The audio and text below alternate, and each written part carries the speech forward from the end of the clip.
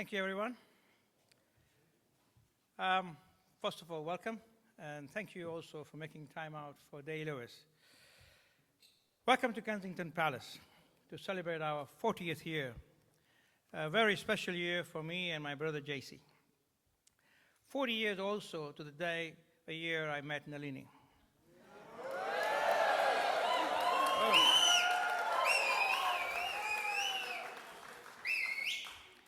40 years in business. But the icing on the cake is that this year I became a grandfather to the most beautiful granddaughter.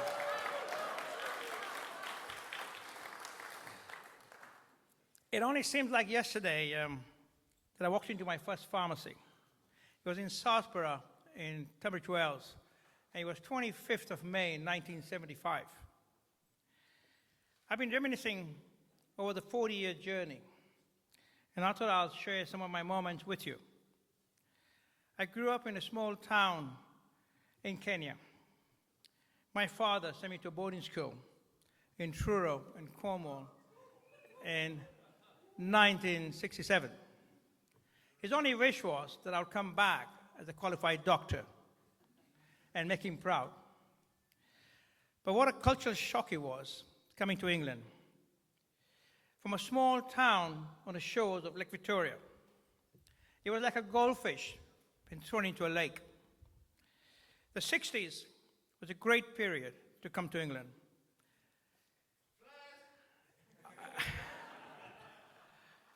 I don't believe I saw black and white television for the first time.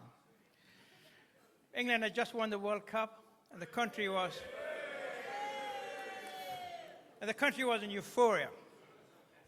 We have flower power, we have bell bottoms, songs of Simon and Garfunkel and the Beatles, and I really fell in love with the whole English culture. Studies went by the wayside. I picked up a few bad habits, smoking, drinking, and the rest.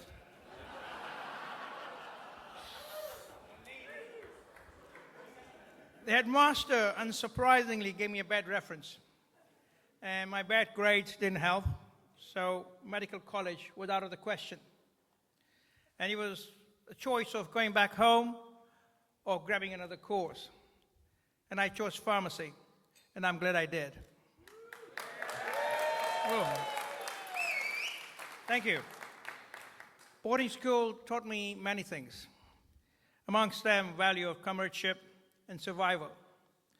We lived by the bell, and it did not matter what you did in between the bells, as long as you did not get caught. And if you did get caught, you did not snitch on anyone. It was about being one team.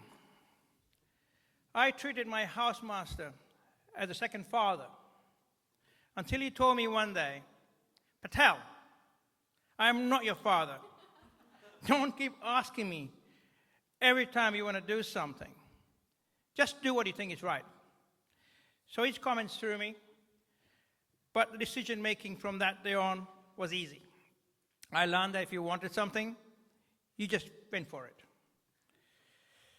When I qualified as a pharmacist in 1974, I had every intention of going back to Kenya. However, Idi Amin, the president of Uganda, threw all the Asians out of the country. And that was a game changer. My parents asked me to delay my return as the situation in Kenya was getting precarious. So I took up a job with Boots the chemist.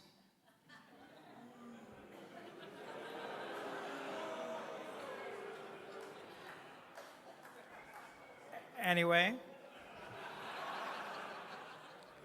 October 74, barely 3 months into my new job, my father passed away at a very young age. I went back home to grieve for him.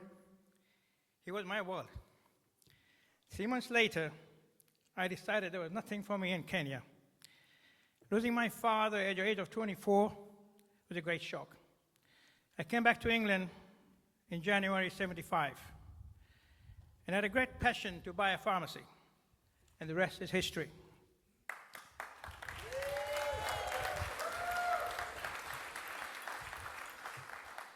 My mother and my brother JC and his family emigrated to England a year later, and pharmacy in the 70s was so different. It was a nightmare deciphering doctors' handwritten prescriptions. We made our own concoctions to sell over the counter. We had no computers, no patient records, no electronic prescriptions or patient directions to worry about. There were no supermarket pharmacies and virtually no competition, apart from 1,400 Boots branches.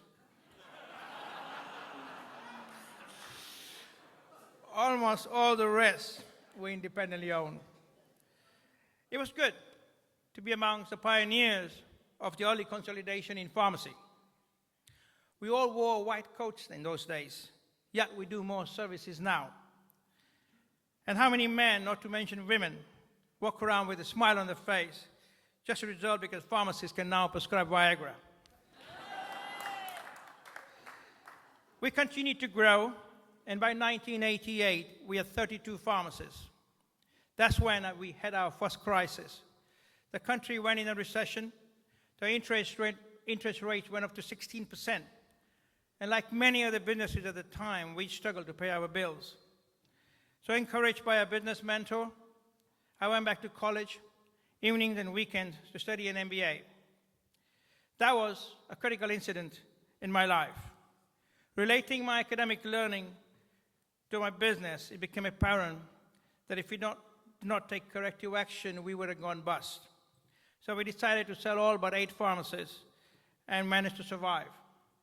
We licked our wounds and started again in 1995.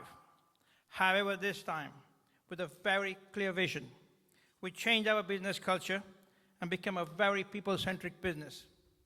I became very visible, both in the shops and in pharmacy politics. I realized that people are only loyal to an individual and not to an organization.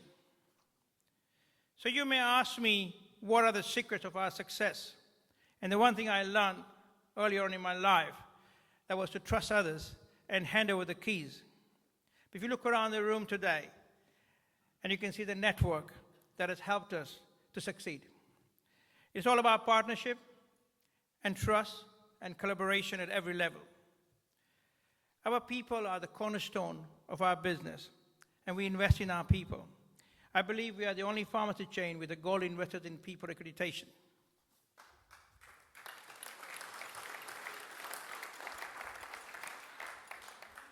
As of yesterday, we have 275 pharmacies. Daily has been in the Sunday Times Drop Track 250 for the 4 years running. And we have won numerous awards, both business and pharmacy. Third time lucky. We not only survived a massive Category M clawback in 2007, but we came through the credit crunch and the recession even stronger. I'm at a time of my life when one looks back and wants to pay back.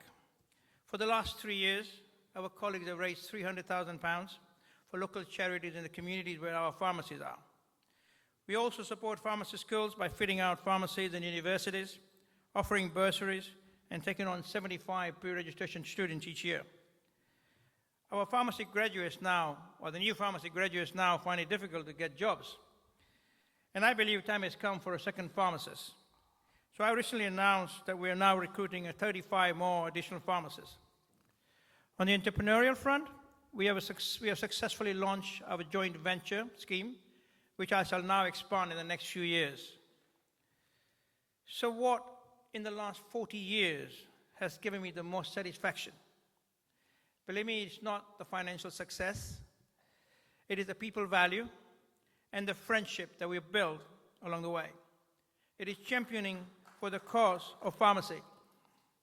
However, the biggest prize of them all was being honored by Her Majesty the Queen at the New Year's honors a few years ago. I still cherish the memories of me receiving the honor from Her Majesty at the other palace just down the road.